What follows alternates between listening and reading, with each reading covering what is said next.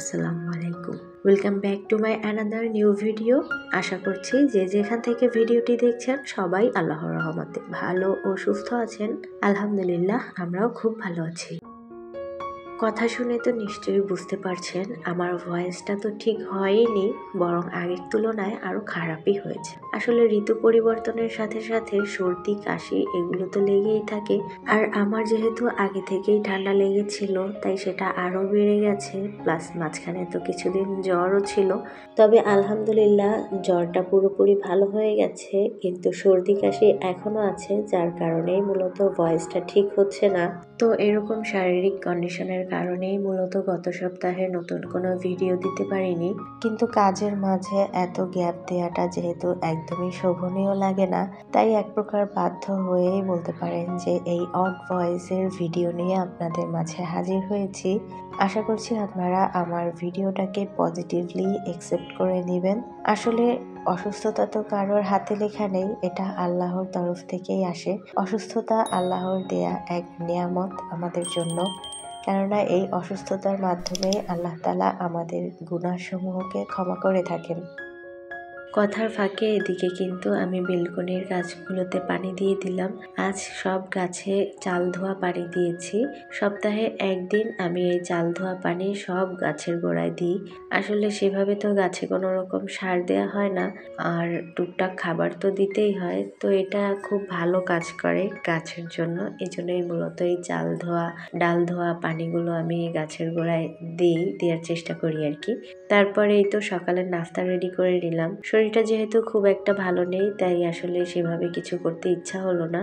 খুবই সিম্পল আর ঝটপট হয় এরকম একটা নাস্তা রেডি করে নিয়েছি।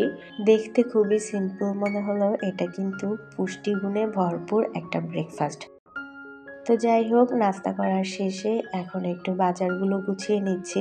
গতকাল রাতে বাজারগুলো নিয়ে এসেছে, তো রাতে আর গোছাতে ইচ্ছা করছিল না, ওভাবেই রেখে দিয়েছিলাম।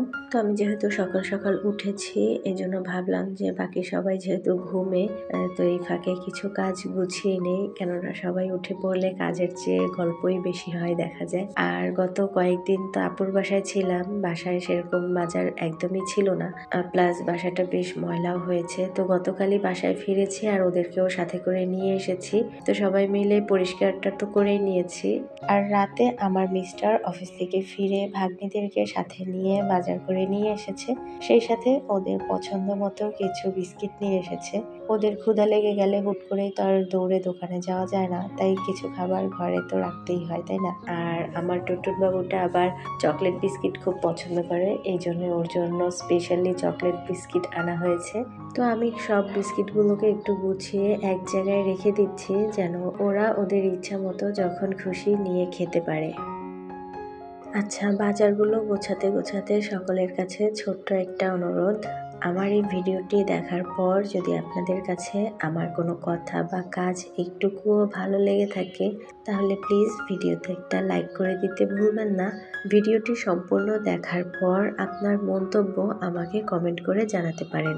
আপনার করা একটি সুন্দর গঠনমূলক কমেন্ট আমাকে নতুন করে কাজ করার অনুপ্রেরণা যোগায়। আর যদি সম্পূর্ণ ভিডিওটি দেখার পর আপনার একটু বেশি ভালো লেগে যায় এবং পরবর্তীতে আমার নতুন ভিডিও দেখার আগ্রহ জাগায়, তাহলে চ্যানেলটাকে সাবস্ক্রাইব করে পাশে থাকা বেল আইকনে ক্লিক করে অল নোটিফিকেশন অপশনটিকে চালু করে দিন। আর যদি আপনি কাজটি অলরেডি করে থাকেন, তাহলে আপনাকে অসংখ্য ধন্যবাদ। সোশ্যাল মিডিয়ায় ইদানিং একটা জিনিস খুব বেশি চোখে পড়ছে। ভিডিওর কমেন্ট সেকশনে গেলেই দেখা যায় একে পছন্দ না, এর কাজ খারাপ, একে বয়কট করা উচিত, এই ধরনের কমেন্টে ভরে থাকে। কিন্তু আমার একটা প্রশ্ন হচ্ছে, যাদের আপনার ভালো লাগে না তাদের কন্টেন্ট আপনি দেখেন কেন? আর যখন দেখছেন তখন এই ধরনের কমেন্টই বা কেন করছেন? ইন্টারনেটে অসংখ্য ভালো কন্টেন্ট ক্রিয়েটর আছে, অসাধারণ সব ভিডিও তারা শেয়ার করে থাকে, তাহলে সেই ভালো কন্টেন্টগুলো কেন দেখছেন না? যাদের বয়কট করতে বলছেন তাদের ভিডিওই বেশি বেশি করে দেখে তাদেরকেই আপনারা আবার বড় করে তুলছেন। দুঃখজনক হলেও এটা সত্যি যে যেসব ভিডিও থেকে কোনো শিক্ষণীয় বার্তা পাওয়া যায় না, আমাদের জীবনকে ইতিবাচকভাবে প্রভাবিত করতে পারে এমন কোনো বিষয় থাকে না, সেই ভিডিওগুলোতে অগণিত রিচ ভিউ পাচ্ছে। অথচ যারা ভালো এবং কোয়ালিটিফুল কন্টেন্ট নিয়ে কাজ করার মেন্টালিটি নিয়ে এই প্ল্যাটফর্মে আসে তারা হারিয়ে যায় শুধুমাত্র একটু সাপোর্টের অভাবে। একটা কোয়ালিটিফুল ভিডিও তৈরির জন্য তার পেছনে যে কতটা এফোর্ট দিতে হয়, কতটা সময় ব্যয় করতে হয় সেটা অনেকেই বোঝে না।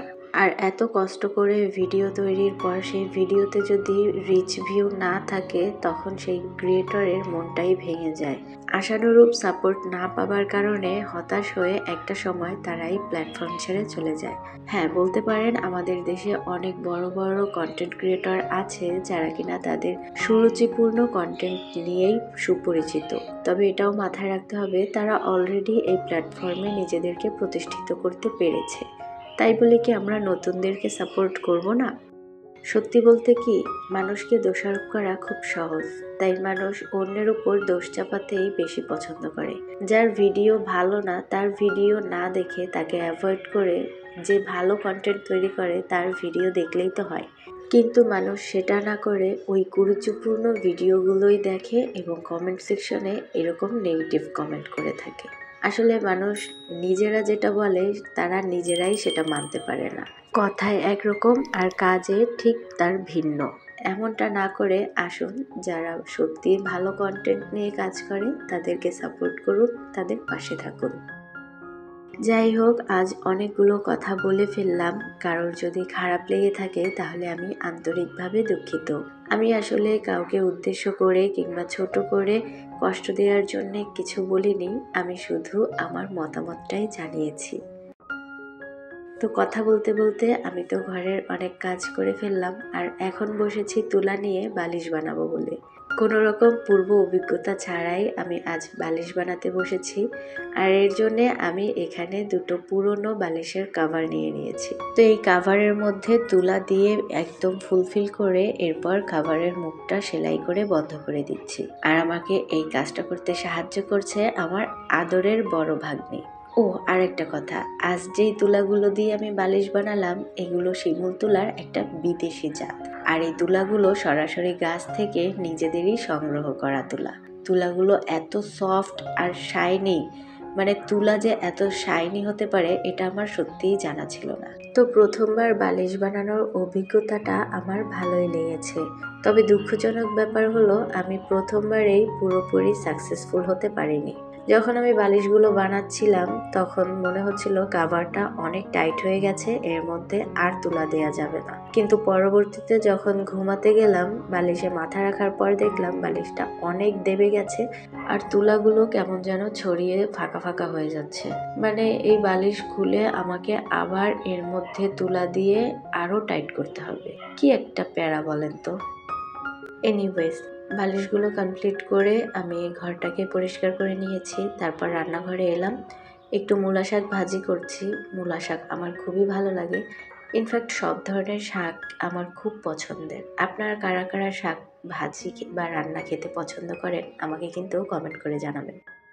তো শাক ভাজিটা বসিয়ে দিয়ে বসে বসে মাছ কাটা দেখছিলাম। আপু মাছটা কাটছিল। আমি তো আসলে খুব একটা ভালো মাছ কাটতে পারি না, তার উপরে এটা অনেক বড় একটা মাছ, প্রায় 4 কেজি ওজনের একটা কার্প জাতীয় মাছ ছিল এটা। তো দোকান থেকে এরকম পিস করে কেটে এনেছিল, কেননা এত বড় মাছ ঘরের এই ছোট বটিতে কাটা তো সম্ভব না। তো বাকিটা আপু খুব সুন্দর করে কেটেছে।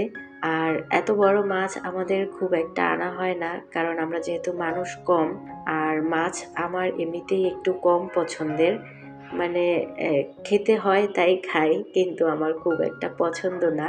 যার কারণে এত বড় মাছ আনলে হয় কি অনেক দিন ধরে খেতে হয়, আর এতদিন ফ্রিজে রেখে খেতে গেলে মাছের স্বাদ নষ্ট হয়ে যায় আর কেমন একটা গন্ধ লাগে। আর প্রতিদিন তো একই মাছ খেতেও ভালো লাগে না, তাই না? এই কারণে বড় মাছগুলো আসলে যখন গেস্ট আসে তখনই কেনা হয়। তো যাই হোক, এদিকে আমার শাক ভাজি করা হয়ে গেছে, আর ওই চুলায় আপু মাছটা রান্না করছে। আপুকেই বলেছি মাছটা রান্না করতে, কেননা আপুর হাতের রান্না আমাদের খুব পছন্দ।